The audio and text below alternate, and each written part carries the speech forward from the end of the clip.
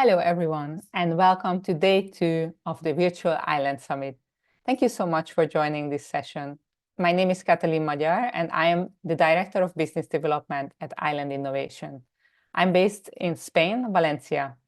Island Innovation is a sustainable development consultancy primarily focusing on islands. Our focus includes events, strategic communications, and capacity building. We are trusted by clients around the globe, and if you're interested in learning more about our work, please reach out to us using the contact information available in the chat.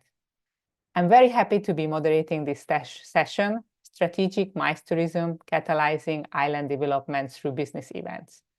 Before we begin, you should see a poll appear now on your screen.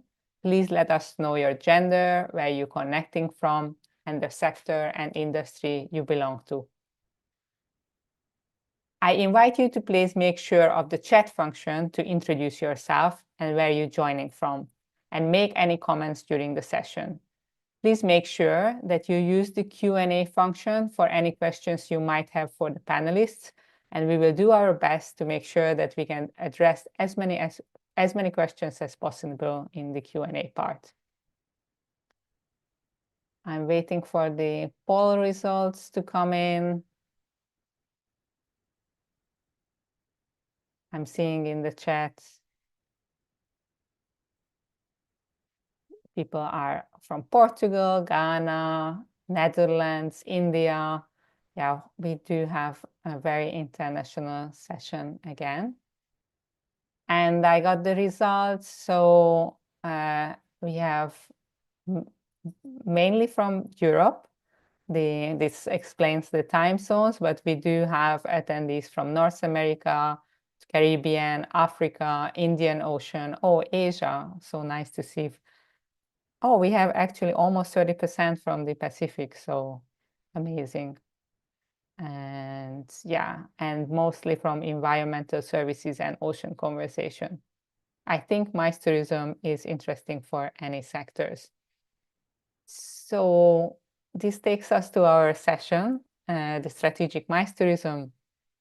Island possess unique advantages for business events, exclusivity, focus, and memorable experiences that mainland venues cannot match. However, developing successful MICE, meetings, incentives, conferences, and events, the capabilities require strategic planning beyond traditional tourism infrastructure. This session examines the specific requirements for positioning islands as competitive business destinations. We have 3 panelists today. The first one is a pre-recorded address because it comes from the beautiful island of Nevis, as it was a bit early for them to join us, but they also like to share, and especially that this year, the Global Sustainable Island Summit, Islands Innovation in-person conference took place in St. Kitts and Nevis. So it's very close to our hearts as all islands. So let me present the pre-recorded address from Shalicia Glassford, the Director of VIP and MICE Services from the Nevis Tourism Authority. A warm and pleasant day is wished to each and every one of you.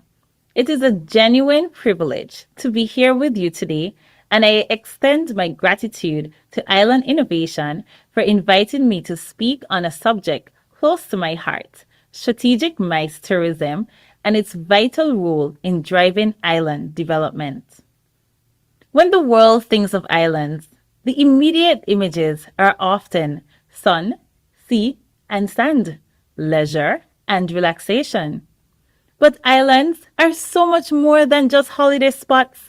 We stand as strategic centers, uniquely positioned to host meetings, incentives, conferences, and events that generate profound and lasting impact, not only for our visitors, but for our economies, our communities, and for the future we build together. MICE tourism transcends visitor numbers or hotel occupancies. It is about fostering knowledge exchange, cultivating international networks, and unlocking investment prospects. One well-executed event can create ripple effects, strengthening local industries, elevating global visibility, and sparking innovation.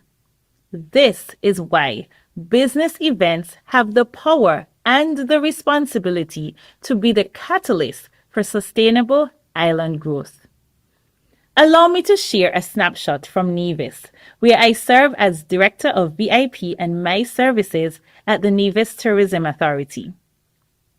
Our goal is focused and clear to position Nevis as a premier boutique destination for luxury travel and high-profile gatherings. Our aim is not to rival the volume of larger markets, but to excel through quality and distinctiveness. Nevis offers a treasured blend of tranquility, exclusivity, and genuine authenticity. We have no cruise ports, no towering high-rises, no traffic lights, and no crowded tourist hotspots. Instead, we provide peace, privacy, and a strong sense of place, precisely the attributes today's discerning traveler and event planners seek. Accessibility is never compromised. Nevis is just minutes from St. Kitts via water taxi, linked through major US hubs and private jet services. We uniquely marry seclusion with convenience. Our venues speak to versatility and excellence. The Four Seasons Resort Nevis boasts of over 9,000 square feet of adaptable event space. Palm Garden Nevis offers 6 acres of tropical serenity for up to 1,000 guests. The Malcolm Gishard Recreation Park hosts vibrant cultural celebrations, footsteps away from Pinnis Beach, home to the many beach bars and restaurants, including the popular Sunshine's Beach Bar and Grill. And our boutique hotels like Montpellier, Golden Rock Inn, and Mount Nevis are tailored for intimate retreats and executive meetings. But the real distinction lies not in our venues, it's in the experience. Business events in Nevis come alive through our rich culture, distinct cuisine, breathtaking nature, and most importantly, our people. Take our annual Mango Festival, for example. What began as a local culinary celebration became a global stage. Delegates engaged in tastings, cooking classes, and connections with local farmers, sharing Nevis's story worldwide, its agriculture, its culture, and flavors. This is the true power of MICE tourism when it's woven with community spirit and creativity.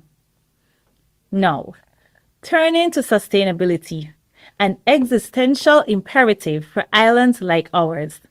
Rising seas, climate challenges, and delicate ecosystems remind us daily that our tourism decisions must prioritize resilience and responsibility. In Nevis, we firmly believe that exclusivity and sustainability are partners, not rivals. We pride ourselves on quality rather than quantity, deeply aware of our island's capacity, and this awareness guides every step of our tourism strategy, especially in the VIP and MICE arenas. Our focus is not mass tourism, but curated, intentional experiences that resonate with the values of our visitors and our island. For our discerning clientele, we make it clear what we offer is preservation of culture, of community, and natural resources. This preservation is our product, the charm of our people, the integrity of our environment, the exclusive feel that cannot be replicated anywhere else. We collaborate with partners who who embrace this vision, from eco-conscious boutique accommodations to experiences rooted in local heritage and sustainable practice. Protecting Nevis's uniqueness does not just safeguard our identity, it enhances our economic value and competitive edge. This is where islands like ours shine. As global companies face pressure to meet their own sustainability commitments, we offer them destinations where luxury, exclusivity, and environmental stewardship coverage. This is where islands like ours shine.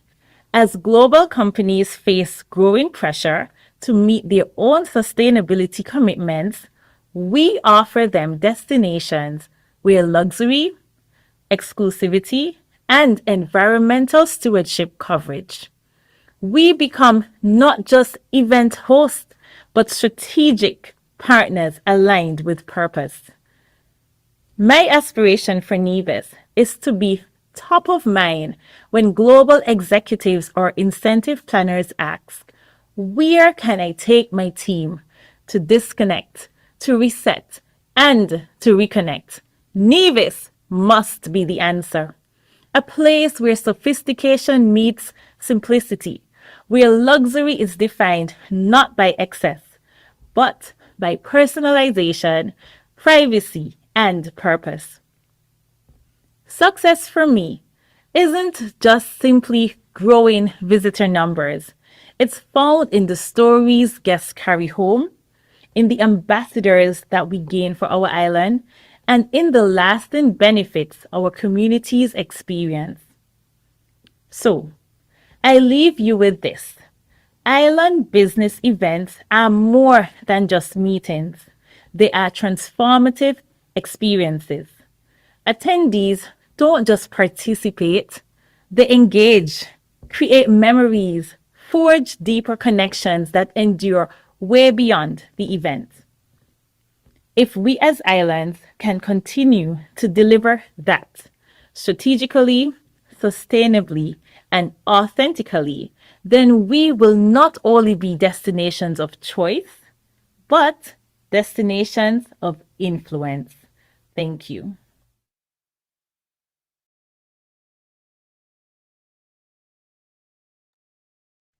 Thank you so much for representing the island of Nevis. I can only agree with everything said. As we mentioned already that earlier this year, Island Innovation did have an event at the beautiful island of Nevis. And yeah, for sure, I need to go back for the Mango Festival too.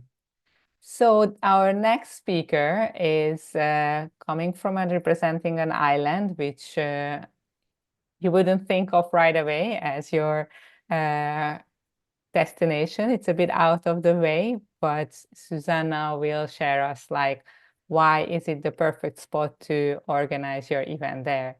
Let me present you Susanna Samro, Meetings and Events, Visit Faroe Islands, Official Tourist Board of the Faroe Islands. Thank you, Susanna. Hi, thank you, Kata, for the introduction. And like Kata said, my name is Susanna Samro, and I work at Visit Faroe Islands with meetings and events.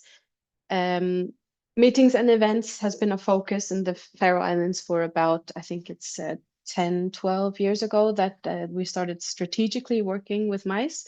And this was specifically because leisure tourism was doing pretty well in the summer months. But the rest of the year, the industry wasn't really being used to its full potential. So that's where we strategically started working with MICE.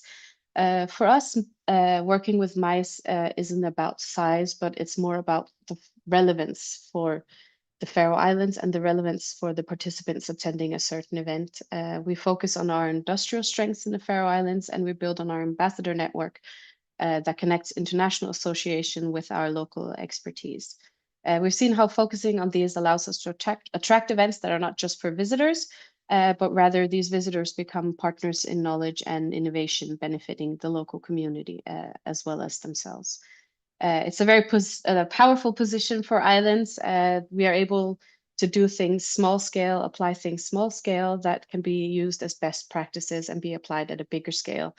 I never really like to use the word laboratory or experiment, because we all know that experimentation can also go very wrong. But we are able to test some things in maybe a separate island or in our whole destination that can be that can give learning to people visiting us.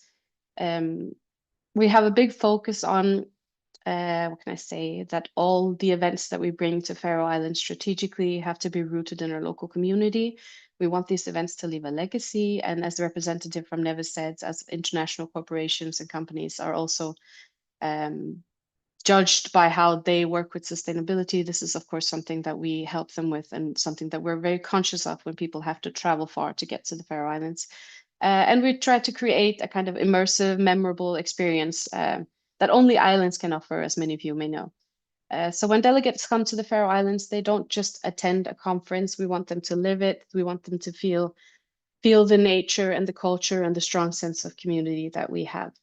In terms of, so that's sort of a part of our MICE strategy, but in terms of, I just want to mention the strategy for Visit Faroe Islands as a whole. I think it's been going on 2 years, and it was presented last year. We made a whole new strategy, and it's called Home. It's rooted in the local community. It's a complete, we think it's the world's first complete bottom-up strategy, where we invited all of the local community to have their say. We had workshops, we had like mailboxes set up where everyone could contribute and give their input to how they think tourism as a whole should be in the Faroe Islands from now on. And it's something that is really important to us, that it's focused in the local community, because when we bring events and conferences and such to the Faroe Islands, we really need the support of the local community, and we don't want to do something that people, well, don't want. Some of the key themes that I wanted to bring up is, well, the unknownness of the Faroe Islands. So I'm pretty sure that at least one of you here has never heard of the Faroe Islands before attending this session today, which is something we meet quite a lot. And if people know of the Faroe Islands, it's usually because they've seen a picture on Instagram of a very, very beautiful landscape of blue skies and green mountains and a wonderful ocean surrounding the islands. So our job the last couple of years has been to tell people that, yeah, not just are the Faroe Islands beautiful, we have all the necessary infrastructure to host events here in the Faroe Islands. My first time, I think, attending an international event representing the Faroe Islands was in 2017, I think. And we actually had a lot of questions of whether or not we had hotels, if we had internet, Wi-Fi, roads. Nevis mentioned traffic lights. We have a few, not many.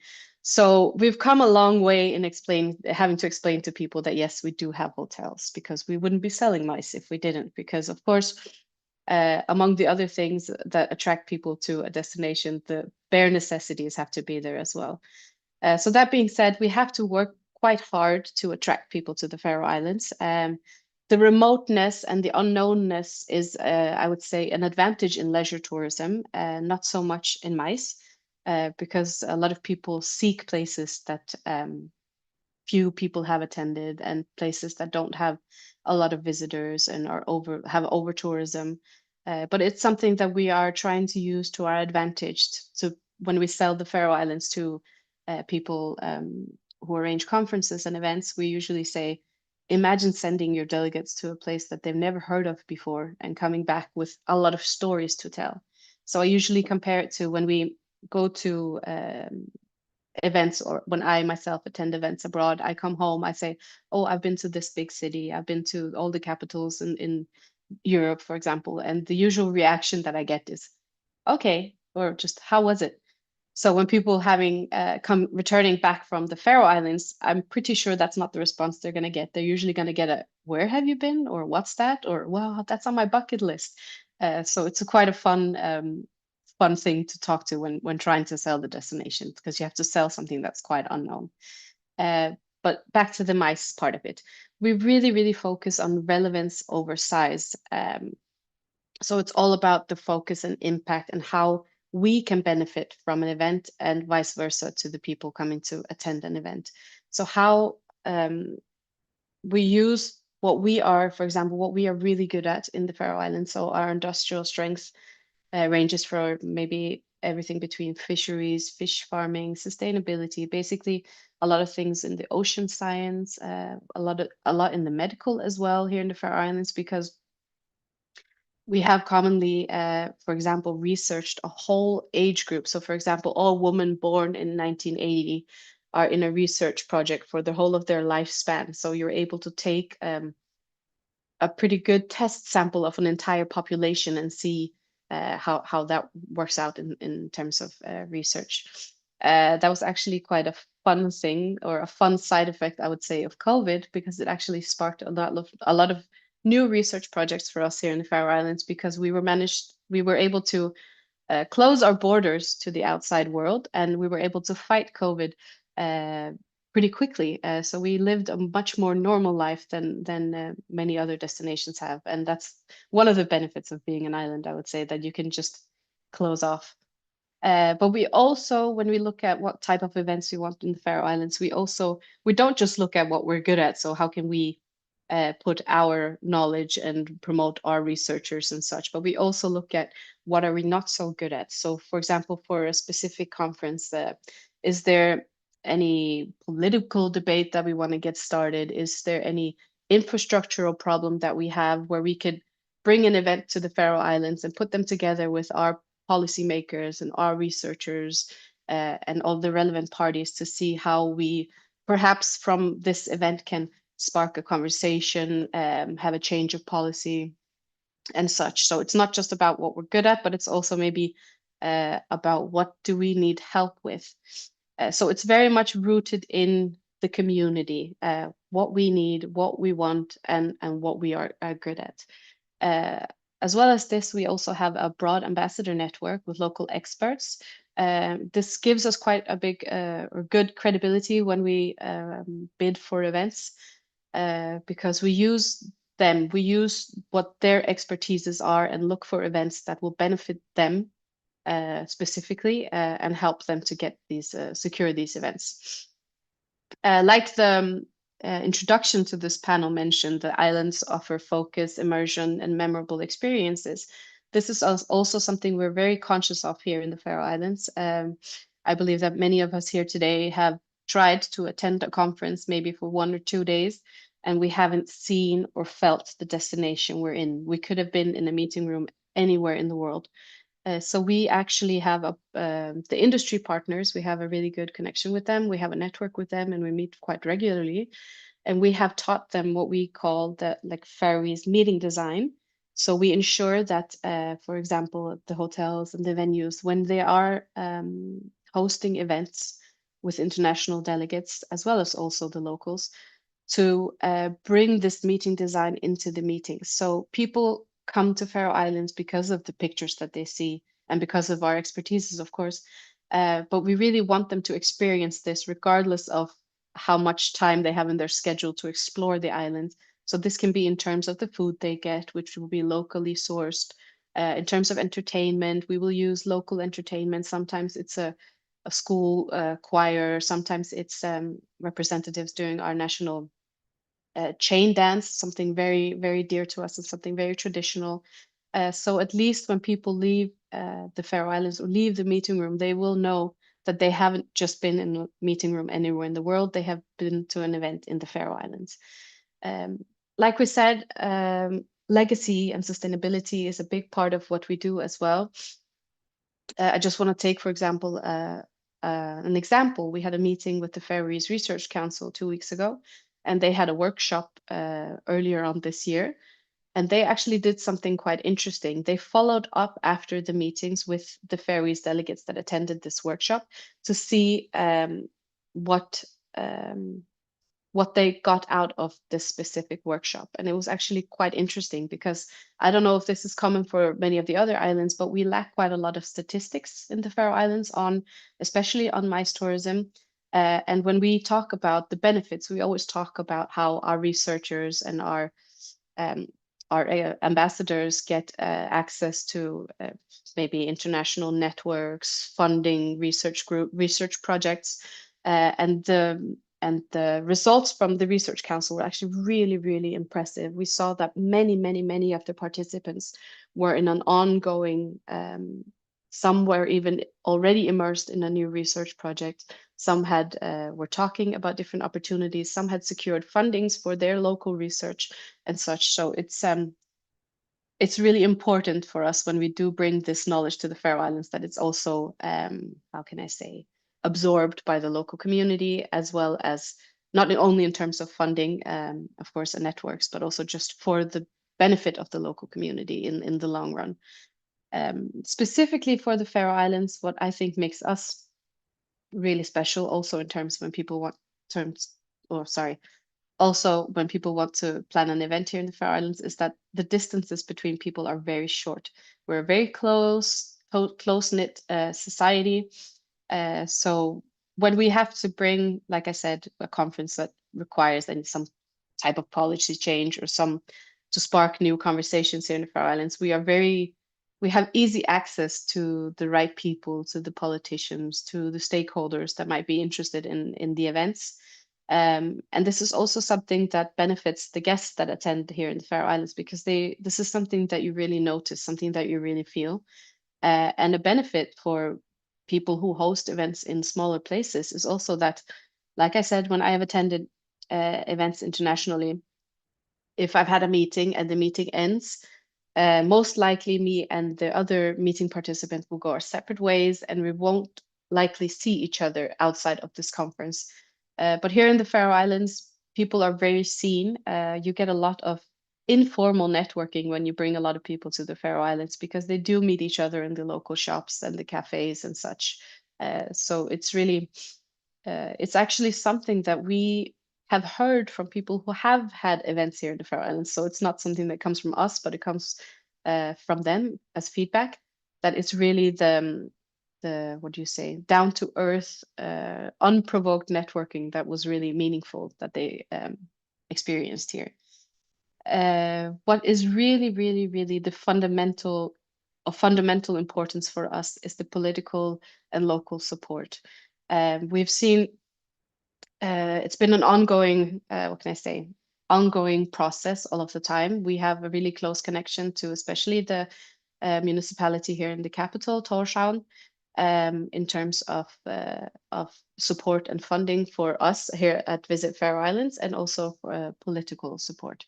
And this is something that we continuously work on. So when we have them, for example, support an event, we go back to them and we present the outcome of the event, like what legacy was left, how much, for example, did the hotel capacity increase during the event?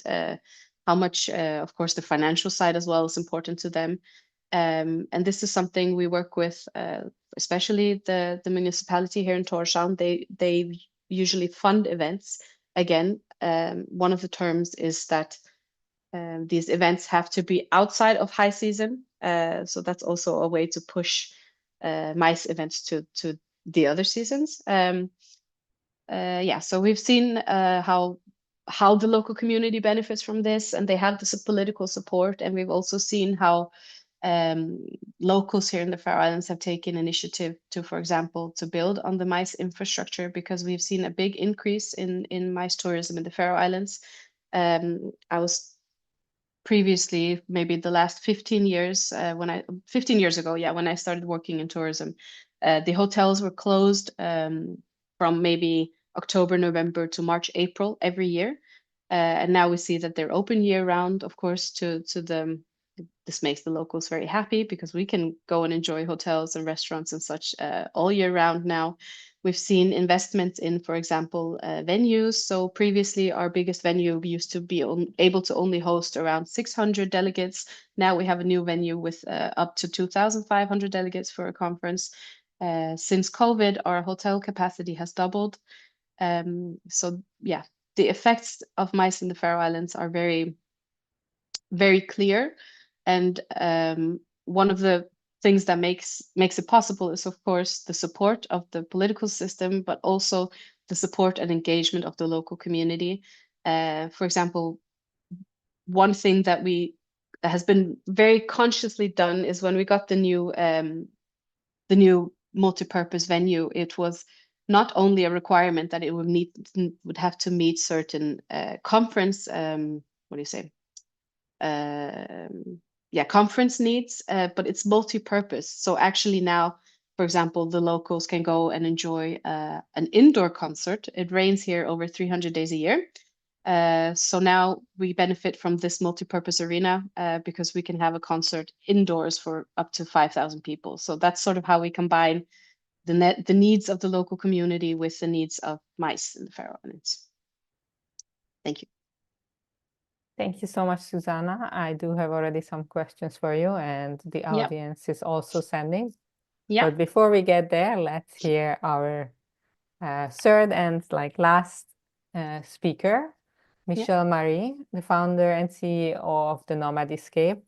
It's interesting to mention that she's not from the island Madeira, but she is dedicating a lot of work for the sustainable development, economic development of the island. And let's hear how she's doing that. Michelle, the stage is yours. Thank you so much, Katalin. And I also want to say thank you to Susanna. It's really an honor to be here with you in this panel because you talk on behalf of the government and we are the event organizers. So I'm very excited to present from our perspective and what we can do as event organizers for local communities. I'm going to share my screen for a few minutes to give you guys a little bit more perspective about who I am and what we've been doing in Madeira Island.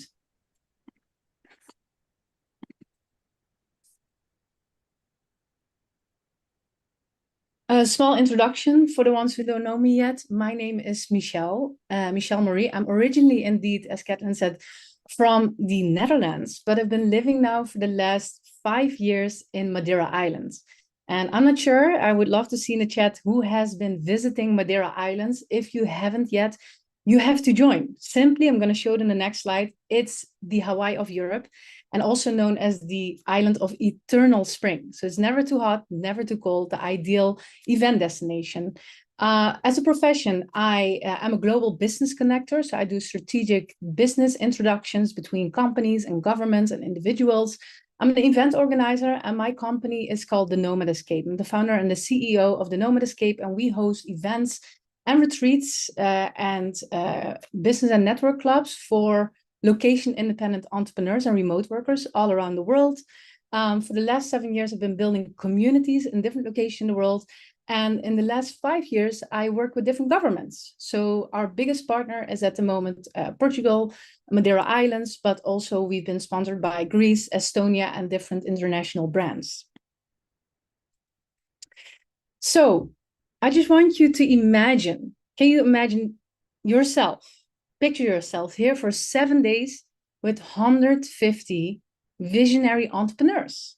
I think most of the people who are watching here, you work for the government. So let's say for industry colleagues, right? Can you imagine yourself here on the top of this cliff, exchanging ideas, exchanging strategies, exchanging networks, and what can come out of there? And Susanna was just mentioning it. When you attract people to a destination like this, the networking goes beyond just like business connections. You connect on a whole other level, which brings home different memories for you, and you also connect on a personal level because networking in an environment like this, it just like imprints in your body, imprints in your soul, imprints in your mind, and it is what we can do beyond in, like, let's say in conference halls. It's just a massive impact.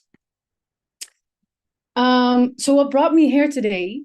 Last Friday I got an email and a message on LinkedIn actually from the organization of this summit asking me, hey, Michelle, we saw your post on LinkedIn. Please, do you want to be on our panel? I am actually now in Marrakesh to research this as well as a destination for my events and retreats. And I know that the local government here in Morocco is also organizing different incentives for international event organizers to attract their audience here. So it's like, hey, let's check it out. And then I got this opportunity, and then James and Katalin said, like, do you want to speak? Because we saw your post on LinkedIn. And in my post, I wrote about the direct impact my events had on Madeira Island.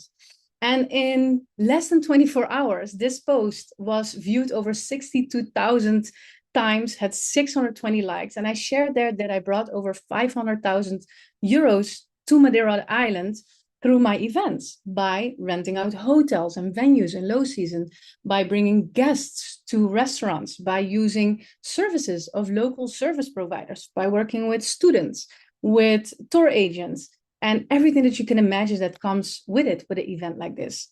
So without, having a local business, I was able to organize experiences for international entrepreneurs that made them excited to come to Madeira Island. So a little bit about my background, that you understand if you work for the government, right? That companies like myself, or founders like myself, that what we go through to end up on potentially your island. So how I started in 2018, I started my company called The Nomad Escape. I started it actually on an island in Bali, Indonesia. I was there myself as a, let's say, digital nomad. I worked as a digital marketer before I was running this company. And I realized that only being a digital marketer, only working alone from the laptop, has not really impact. You're not contributing per se to a location, right? I can go with my laptop to a location. And yes, I spend there also myself as an individual on local businesses. But I was like, okay, how can I have a bigger impact? How can I create events and experiences that really give a bigger global exposure and attract more people, and also create work opportunities for locals there? So I created a community and a company which is called The Nomad Escape, for people like myself. I was then in a situation, I was building an online business, and I found out it's quite lonely when you build an online business, and you rather do that with other people who are in the same boat as you in different destinations. So I started The Nomad Escape, and from Bali, I decided to move to first of all Lisbon. I was there for 1 year, and then I explored the area, and then I found a picture simply of Madeira Island. I'm like, wow, this is so beautiful. I personally didn't hear about it at that time in my life, but I saw the picture and it just blew my mind. I'm like, hey, this is also Portugal. Why not bring my community to that location? So before the pandemic, Madeira Islands was known mostly as a tourist destination for, let's say, a lot of retired people or ecotourism, but less remote workers and less young people, right? So we went there with the first group, and actually I had a video production company at that time. And we got noticed by the local government because we were traveling around the island, and we were in the low season staying at different accommodation around the island in different hotels and different quintas, it's like villas, local farms, the eco villages. And the government saw us and like, wow, what you guys are doing is great. Why don't you work with the businesses that we appoint you, and we sponsor your stay there, or when you're eating there with the group, and you create content for us? And we started doing that, and it was a great collaboration. We were very happy. We could give our guests a great experience on an island that they would never have, and we could provide content to the government and to the tourism board. But just after that, COVID happened, right? We all remember that moment. COVID happened, and we were then in Azores Islands, and we got actually stuck in Azores Islands. We were there with a group, we were hosting an event or a retreat, and we were locked up there. And then we thought, okay, what are we going to do next? And in that period, Madeira Island was actually a global pioneer, because Madeira Island was the first island in the world, or actually even location in the world, that created a digital nomad village where all tourism was dead. They opened a very remote area, which was aesthetically stunning and beautiful weather, which is called Ponta do Sol, and they branded it as world's first digital nomad village. CNN, BBC, New York Times, all these big international publications, they came to visit. And so many people came there, and we also went there with our group. So we got officially recognized and said, hey, Michelle, what you're doing is so unique for the island, because what you do, you bring people to the island who want to stay, who want to invest in local businesses, who are building also local businesses, hiring local talent. And you have also impact on the youth there, because the youth, what happens a lot in Madeira Island and in smaller communities, and maybe some other islands can resonate, the youth stays there until they're 18, but then they're leaving because they need to go to university or other opportunities outside of the island because it's a small market. But with people like us now coming to the island, we show that you can reach, you have international reach through doing digital work, and can build unicorns or digital startups in the island where you were born. So the local government really said like, hey, we're very interested. We want to work with you. And since then, since 2020, they have been working with us. They have been supporting us with everything. They've been sponsoring, they've been providing spaces, infrastructure, global publications, PR, everything that we needed to attract the people to the island. Because even though as a government, you promote the island to the world as a great destination, but if you don't have the infra, if you don't have the events, if you don't have the activities or community leaders, what are the people going to do when they arrive there, right? So since then, we've been inviting people to Madeira Island. We work with remote workers, and we've really built an ecosystem. There are more local partners, such as Madeira Friends, and people who are here from Madeira, I saw in the chat, they know Madeira Friends. Luis, for example, he's the founder of Madeira Friends, and they do great initiatives. They host every weekend sport activities and different dancing events, cooking classes around the island to keep the people there and get them merged into the local economy. So a little bit about my track record. I have now hosted 45 business events across 20 countries and 7 islands. And the half of it is for B2C. So from we provide events for remote workers and online entrepreneurs and digital nomads. But the other part is we work with remote companies. So for example, next week, we're going to Cascais.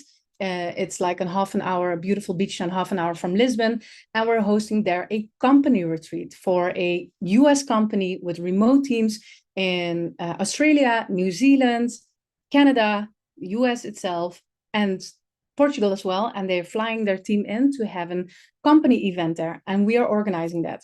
And with all our activities, we have an estimate of 1.75 million that we reinvested back in the local economies. And how we calculated that was by accumulating all the expenses that we had on hotels, restaurants, tour companies, transport, hiring local service providers, and just accumulated that. And that is what has brought to that number. So my team is also fully remote, and I work also with people in different countries. I'm hiring now talent from Ukraine. I'm hiring talent in the Philippines, more development countries. I work with single moms to really give back with all the, all the revenue that we generate, to also give back to local communities. And besides that, besides Madeira Island, also Greece and Estonia have been sponsoring us, while we have not even hosted a digital nomad event there. So in Greece, I hosted a company retreat. This was last May for one of our corporate clients. In Estonia, I hosted only small pop-up events, but Estonia sponsored my event in Madeira Island to get exposure for their local economy. So this is how you can see, you as a government, potentially, or as a stakeholder, how you can work with event organizers like ours. So Madeira Island, just for you to know the numbers that matter, we have brought over 1 million now to Portugal. We hosted events in Madeira Island, Azores, Cascais, Lisbon, and Algarve. We have brought over 500 entrepreneurs and hosted now 30 plus retreats in Portugal itself. And we've been working with Startup Madeira and the Madeira Tourism Board. I didn't build hotels or restaurants. I just created experiences in low season that filled them. And, there's sometimes a little bit mixed feelings, that you have locals saying like, hey, like all the foreigners coming here, all these event organizers, it is affected, it takes away the jobs. But what we actually do, we bring opportunities in seasons that would be empty. And then even in periods like COVID, there was like the local tourism was actually fully dead. What did Madeira Island do? They kept the doors partly open, and we could still bring people there, and we could still provide the local economy from some income. So, and that is also like one of the main things that I'm aiming for, to have impact in every part of my business and every part of the world where I work. So the ripple effects. So we brought 500K to Madeira Islands in direct spending, and then 500K as well through investments and properties and repeat visits. So what you see in our events, there's a lot of people coming there and they fall in love with the island. They see different opportunities. They buy land there. They set up businesses there. They create new initiatives there, work with students. So if you look at this, like the local economy was affected only with my initiative, well, it's pretty small comparing to other initiatives, even over 1 million to a small island like Madeira. And then I want to share with you a model. And this model is proven, it works. And we do this now the 5th time in Madeira Island. So this December, I'm hosting for the 5th time the Nomad Island Fest. So I'm not sure if you guys know the people here on these on the poster here, but they are global entrepreneurs, influencers, global business speakers who have built very recognized global brands. For example, we have on my left side Darius Sudi. He is one of the biggest VCs in Dubai. He has a company's Arena Capital. He invests in companies, helps them grow, but teaches individuals and companies sales. That's mainly what he does, and he's a philanthropist. On my right hand here on the picture, you see Nazir Yassin. He's the founder of Nas Daily, one of the biggest content creators in the world. And then let's say on the front row on the left, we have Gaurav Gupta. He is the founder of Zomato. That's a $30 billion company. $30 billion company. And he's now building Gabbit. And Gabbit is a ring that tracks your health, which I'm wearing here. And we want to integrate his technology in our community so we can track each other on our health and our well-being. And if you look at an initiative like this, and I take this as an example, is someone like me, I'm an entrepreneur. I know how to build communities. I know how to build events. I am an entrepreneur hosting events for entrepreneurs. So I know what is needed. I've been doing this now full-time for the last 7 years. And now hosting this for the 5th time on Madeira Island proves that this works. Madeira Island has been sponsoring us, has been providing us with spaces, has been providing us with PR.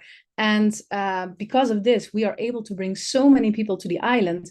And now we have a lot of destinations even reaching out to us like, hey, do you want to do it as well with us? Right? So we're now in conversation with different destinations in the world, and depending on what they provide there, and if it's accessible also for remote workers, we decide if this can be a good destination. And it brings me actually to the next slide. This is what I want to share with you, is like the model that works. So what happened here? The government provided us the infrastructure, the network and support between 50 and 100,000 in sponsoring. Then event organizers like ourselves, like the Nomad Escape, we bring the global network, the expertise, the execution, and global exposure. And then the ROI is combined. So we bring an economic boost, exposure, and just all with all, we create impact together. So you can explore this also. Look at the unique selling points of your island. Look at what kind of people do you want to attract? What does the youth also need in your location? How do you want to inspire them? How do you want to motivate them? What opportunities do you see? And work with partners that you feel aligned with. So I always say it's your island, it's your opportunity. If you want to connect with me, feel free. I'm going to drop some links here in the comments. I'm always open to have a chat. I am a global business connector, so I do strategic introductions between businesses and governments. So feel free to reach out. It was my honor, and a big thank you to Kathleen to hosting this, and to James. Thank you, Michelle. Definitely a very interesting approach that we hear. I will ask Susanna to come back on the screen as well for the Q&A session. And I'd like to start with that. Yeah, you both mentioned the seasonality of the islands. So, and that's, yeah, people still like sometimes prefer to, even for business events, to choose some sun and sea destination. But so what is that like beyond the traditional tourism infrastructure, just having the roads and the hotels? What are the critical success factors for developing a strong MICE sector on islands? So what else is attracting the events there? Maybe I can just start. It's something that we focus a lot on. Like I said, is the meeting design that we have is to give the people a feel of the Faroe Islands, even though they might be stuck in a meeting room. And it's all really based on like local production and the authenticity that we feel we have and that people want to feel immersed in when they attend the Faroe Islands or when they visit the Faroe Islands. And it's something that we really want other destinations to do as well, because we really want to visit a place and a people, not just attend a conference. We don't want to be participants. We want to be visitors. We want to experience and we want to contribute. So that's a focus area that I think is really important, and that many destinations need to focus a lot more on. Not just the execution of the event itself, but the whole experience and the whole feeling that you leave with. Yeah, I fully agree with Susanna. Actually, this is interesting because, for example, on Madeira Island, there are conference rooms. I do not work with conference rooms. I bring my people to, let's say, a traditional auditorium, a small auditorium where they normally like perform arts, and max 2 hours a day. The rest of our event is on the grass, on a cliff, on the beach, and very unconventional spaces where we really get people connected with the island. I really believe, like I've seen it, I work with so many people, that building relationships, business and personal relationships, the foundation is trust. The foundation is truly getting to know each other and each other's values. And that doesn't happen in a conference room or in a big seminar space, exchanging business cards and wearing our suits. I really believe that really happens when we take off all these things and can present ourselves as well, who we are, and stand for the values that we stand for. And if I can talk as as event organizer, what a location or destination can provide, what is crucial for us, for our events, is the internet. I've been in destinations where the internet simply doesn't work so well, and then I cannot bring my group because we work with digital companies. So that's the basic foundation, the infrastructures, the roads, the transport. So what was a big challenge on Madeira Island before was also public transport. I think before there were only 40 Bolts allowed on the island, Bolts or Ubers, because the local taxi drivers were not happy with it. And I totally can imagine that. But what happened, the visitors, they could not get access to taxis. So it's very hard to get around the island. The buses go 1 or 2 hours, once per hour or twice per hour to very remote destinations. And you as a tourist or as a business visitor, you want to have convenience and you have business appointments, so you want to be fast.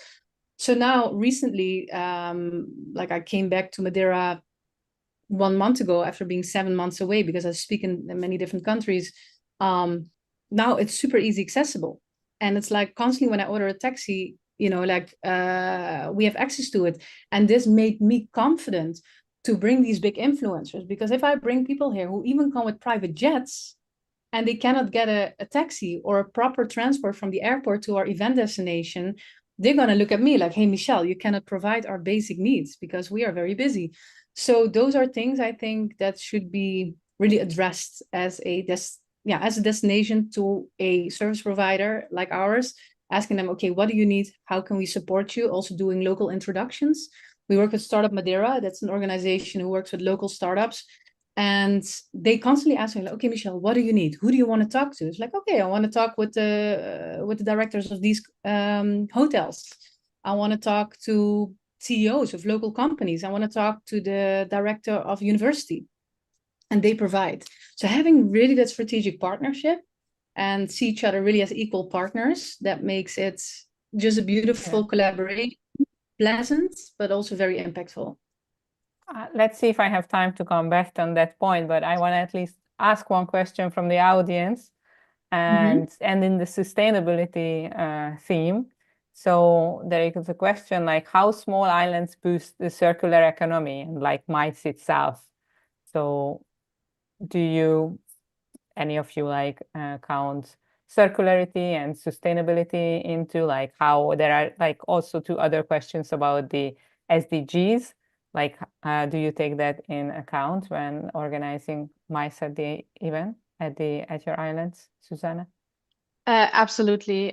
We have guidelines for both the attendees to events and for the organizers on how they can make the best impact from their specific events. And there can be a lot of focus is, of course, on, I would say, the financial sustainability is one, but a lot of social sustainability is a big part of us, because as I said, everything we do is rooted in the local economy.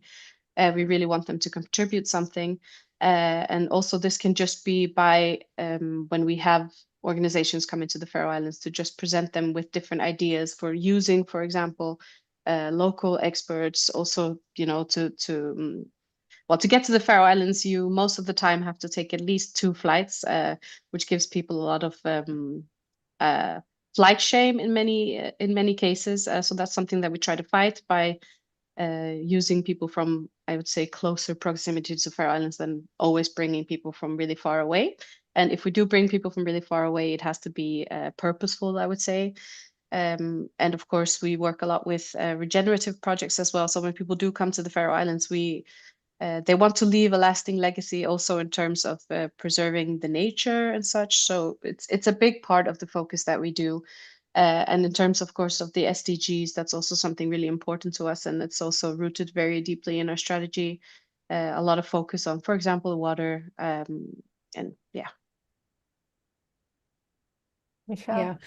Yes, like as event organizer, like what we do, for example, we work together with Madeira Island Tourism Board, like APM they call it, Associação Promoção de Madeira, and we started Madeira Island. And what they do, they put people like myself and like Madeira friends, for example, around the table and say, okay, in what way do you give back?